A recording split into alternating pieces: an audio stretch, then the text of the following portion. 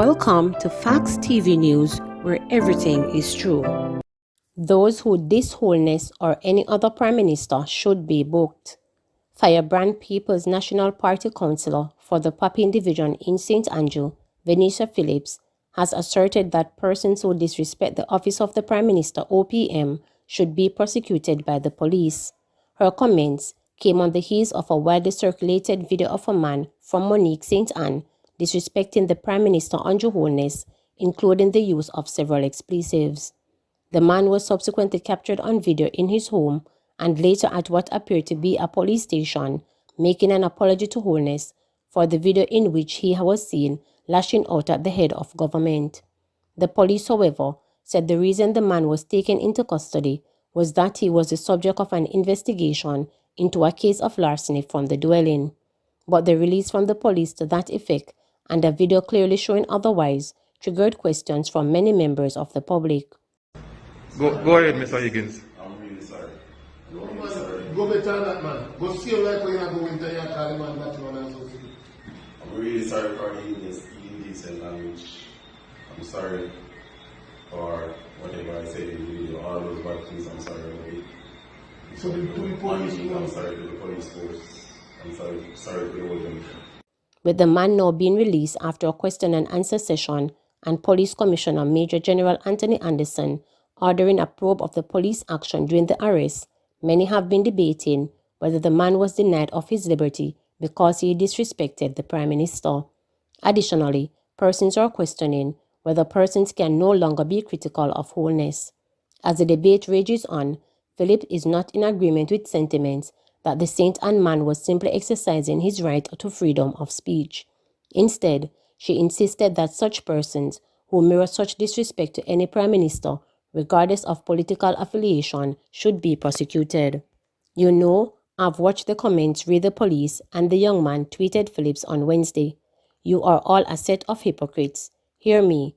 I think the police should be given the legal backing to pursue the prosecution those who disrespect the Prime Minister or his office in this way, regardless of who the Prime Minister is, she added. I am just annoyed that no one seems to think that what the man did was wrong. But you all jumping on crap about human rights violation. That's why when they abuse you in the street, because you make excuses for them. If he said that to Portia Simsimila or Peter Phillips, I would be very upset, she further stated. But to some Twitter user, were not in agreement with the councilor's argument on the contentious issue. One Twitter user stated, I am more annoyed at the police officers. In reply to that particular user, Phillips, while attempting that the police reaction was not right, pointed out that the other issue of disrespecting the leader of the nation needed to be addressed. Tweeted Phillips to the social media user, you are entitled to your take on this. The police reaction was not right, but the other issue has to be addressed too. It is just disgusting that people can just be so disrespectful to the office of the Prime Minister in the name of free speech. Another Twitter user echoed Phillips' sentiment on the issue by indicating that I agree with you. I don't know what this country is coming to. The PNP councilor retweeted that comment and stated, they had better stay off my tweet. Look, government need to grow some balls and set some rules on this so the cops can properly act.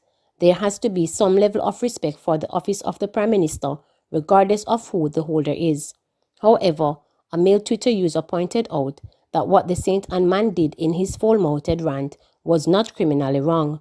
He elaborated that, morally, what he, the St. Anne man, said made me cringe, but criminally, he did nothing wrong.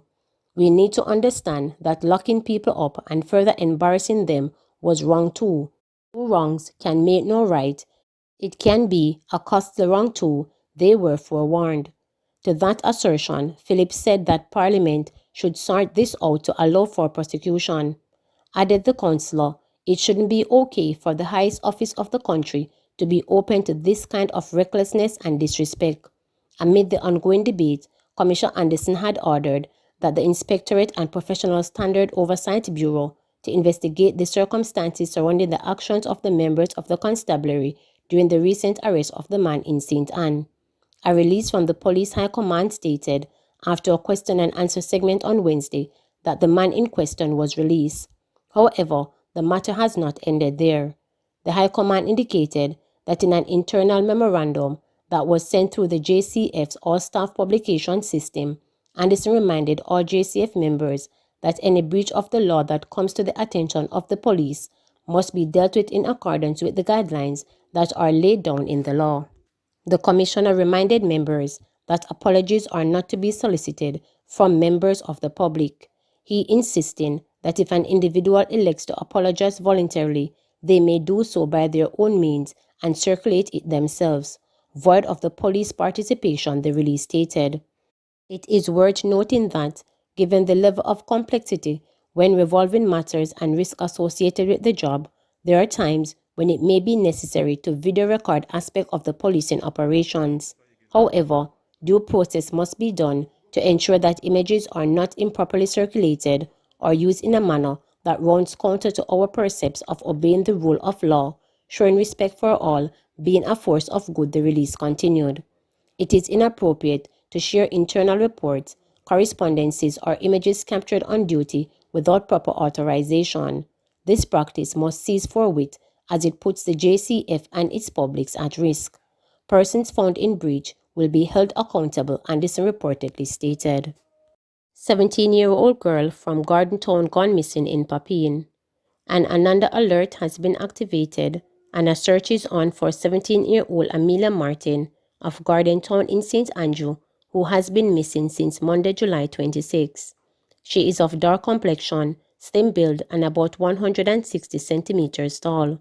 Reports from the Irish Town Police are that about 2:45 p.m., Amelia was last seen in Papine, St. Andrew, wearing a brown tunic, white blouse, blue and red striped tie, and a pair of black Clark shoes.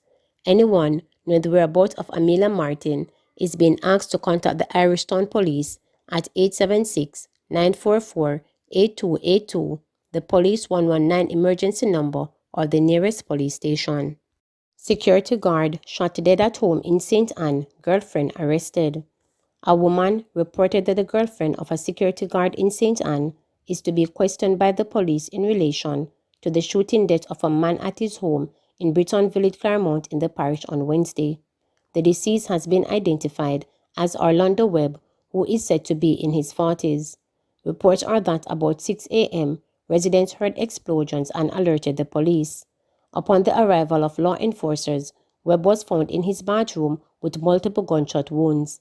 He was later pronounced dead at hospital. An initial probe led to the arrest of his girlfriend, who was at the house at the time of the death, police sources disclosed. A further probe is ongoing into the development. 14 years for a 16-year-old who murdered cop in robbery bid on Toll Highway.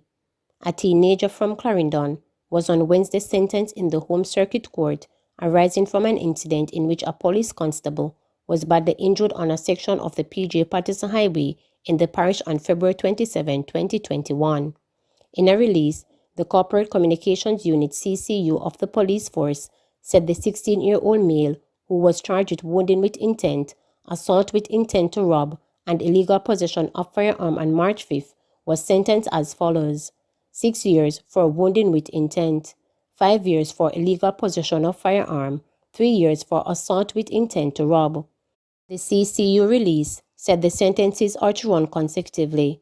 This means that the teen is to spend 14 years behind bar, possibly in a juvenile facility, before going to an adult correctional facility. The Clarendon police reported that about 3 a.m. on February 27, the constable stopped on the roadway to attend to his motor vehicle and was pounced upon by a lone man who was armed with a firearm and a knife. A tussle ensued and the gunman was disarmed by the cop, but the officer sustained several stab wounds before the gunman escaped the scene. Reports at the time indicated that the police was stabbed 14 times during the attack. The incident then reportedly led to high drama when the officer, in a desperate bid to get to the Maypen Hospital to seek medical attention, ended up ramping through a barrier at the Mineral Heights toll booth after being reportedly denied emergency access through the facility, likely on the wrong side of the flow of traffic amid his extreme distress. An investigation was launched by the police, which led to the apprehension of the teen, who was said to have later confessed to the crimes in the presence of his parent and 2 justices of the peace. It appeared that he also pleaded guilty in court, resulting in his relatively quick sentencing. Please remember to subscribe, like, share, and click the notification bell for daily updates.